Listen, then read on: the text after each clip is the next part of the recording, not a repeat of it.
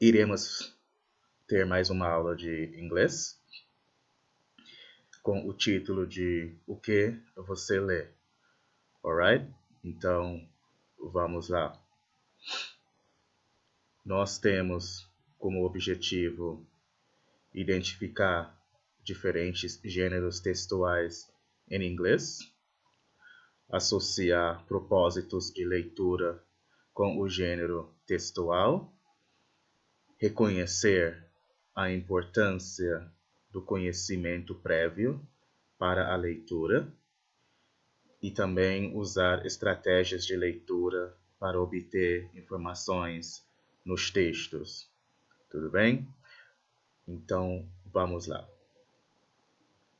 Aqui, vocês vão anotar no caderno leitura, uma atividade constante. Logo embaixo, eu tenho um texto, e o texto é: você já parou para pensar no que lê todos os dias? Todos os dias, lemos os mais diferentes textos. Por exemplo, lemos um número e o itinerário do ônibus que nos leva ao trabalho ou até à escola. Passamos os olhos pelas manchetes dos jornais da banca. Lemos os rótulos e os preços dos produtos nos supermercados. Também o cardápio do restaurante, as placas das ruas e também, caso você goste de assistir filmes em inglês, podemos ler sinopses, ok? Também aqui nós podemos ler revistas, jornais, manuais de instrução, a bula do remédio, receitas culinárias, enfim, temos as mais variadas necessidades e objetivos de leitura. Esta palavra aqui é enfim, tá? Em relação a receitas culinárias, como estamos de quarentena por distanciamento social, creio eu que há uma necessidade de fazer algumas coisas caseiras, né? Junto com a família. Então, vamos lá. Aqui eu tenho um tipo de gênero textual, certo? E você consegue adivinhar que tipo de gênero textual é ou não? Certo? Mas antes de dar continuidade aqui, eu gostaria de pedir um outro favor. Aqui vocês vão anotar no caderno leitura e uma atividade constante, certo? Só que eu quero que você escreva aqui em português, se você consegue em inglês também pode ser. Quais são as coisas que você geralmente lê durante o dia? É mais cardápio, mais revistas, Facebook, WhatsApp, sabe essas coisas? E seria interessante listar, porque vai nos ajudar a refletir e pensar nas fontes de informações, porque às vezes a gente tem uma carga horária bem pesada de leitura, mas não são leituras que realmente vai nos ajudar a ser seres melhores, entendeu? Então, por isso é muito importante você anotar ou citar quais são as coisas que você tem costume de ler no dia a dia, entendeu? E podemos refletir sobre o que você escreveu. Seria interessante também nós termos um bate-papo sobre o que a gente lê todos os dias em nosso grupo de WhatsApp, alright? Então, aqui, qual é a frase que eu tenho aqui embaixo? Bem, estamos falando do que lemos na nossa língua, ou seja, a língua portuguesa. Em outras línguas, você verá que não é muito diferente. As necessidades e objetivos de leitura são bem parecidos. Afinal, Afinal, né, vivemos num mundo globalizado, ok? Então, neste contexto, a língua que estamos falando é a língua inglesa, ok? Então, eu tenho aqui a revista Time, né? E tem algumas coisas aqui, Skipper Speak, alguma coisa Still the Man, High Ratings for PM, which is Prime Minister, etc, etc. Alright? Great. Então,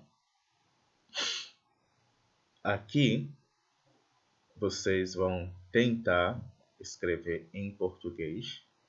Quais são as leituras vocês têm costume de ler em inglês no seu caderno?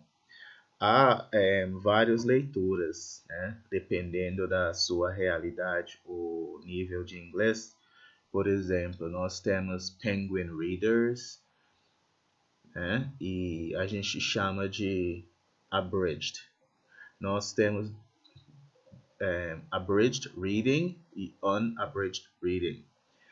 Abridged Reading são leituras ou livros de romance ou qualquer coisa em que as palavras são adequadas conforme o nível de inglês do aluno. Se você é pré-básico ou básico, as palavras vão ser mais simples, né? Só que a história é a mesma. Se você for avançada, as histórias vão ser contadas de uma forma mais natural, né? Como os nativos têm usado. Se você quiser, eu posso fazer uma aula explicando, dando algumas dicas de leituras, né, em inglês.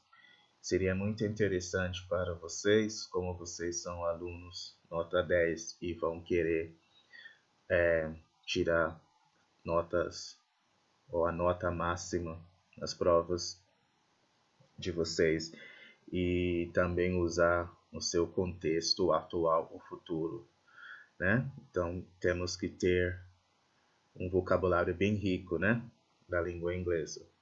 Então, aqui é identificando os diferentes gêneros textuais. Então, vamos anotar no caderno. Aqui eu tenho, vejamos a seguir alguns gêneros textuais usados no dia a dia.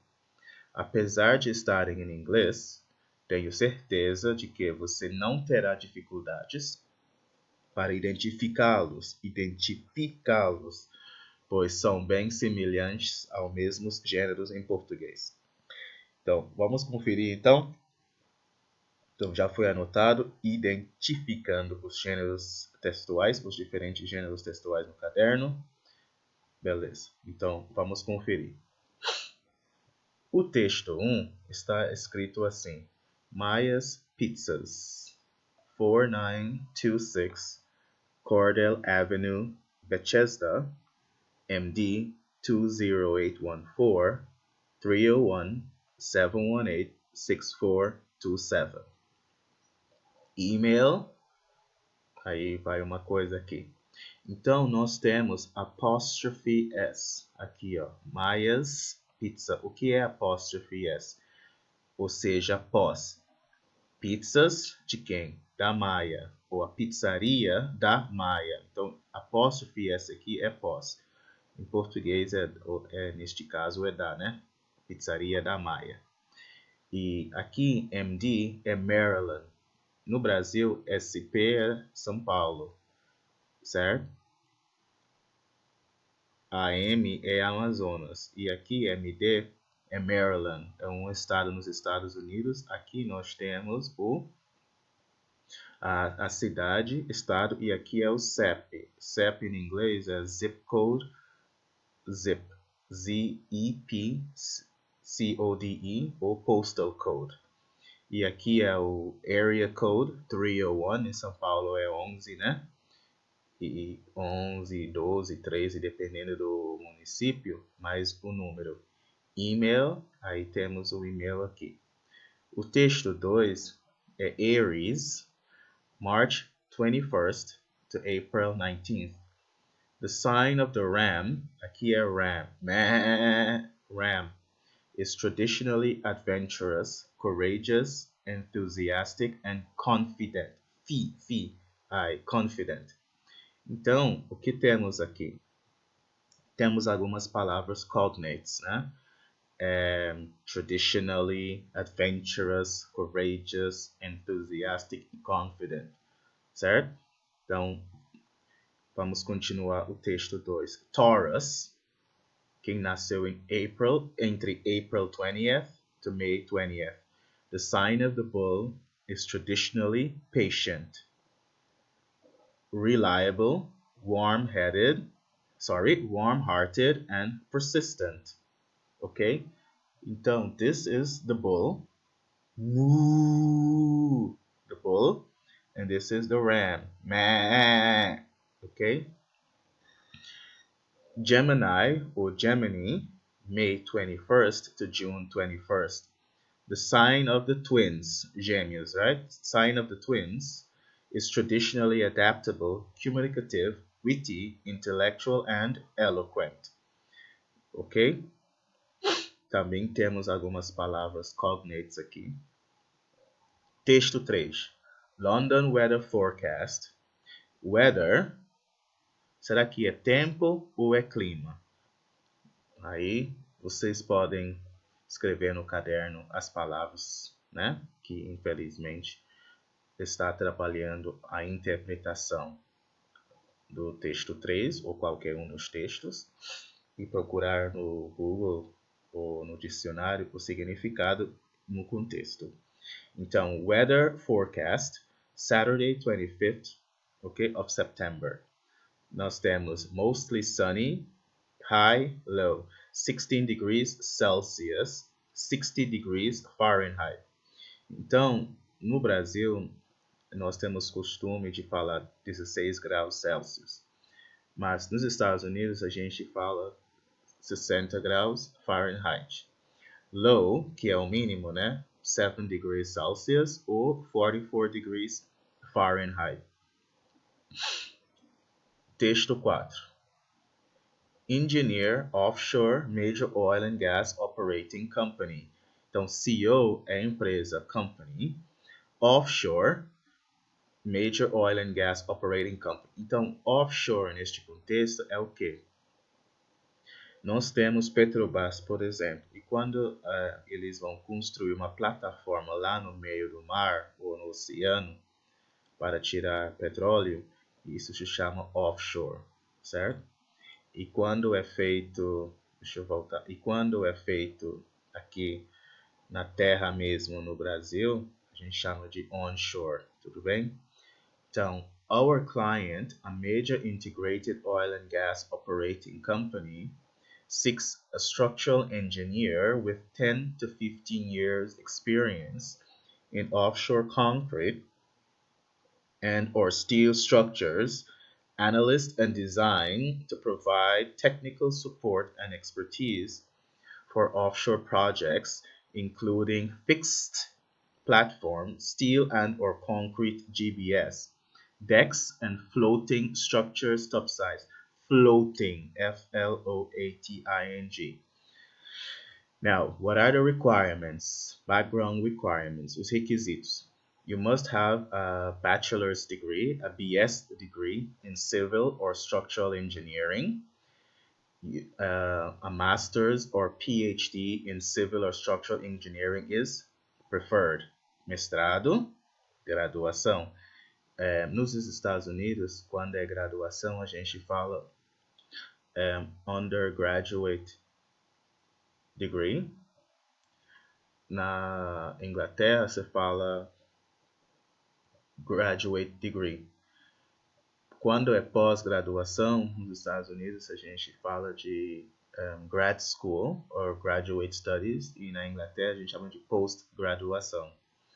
Então, minimum of 10 to 15 years experience with both fixed, F-I-X-E-D, and floating, F-L-O-A-T-I-N-G structures is required, and structural engineering experience must cover a wide variety of offshore projects and technologies.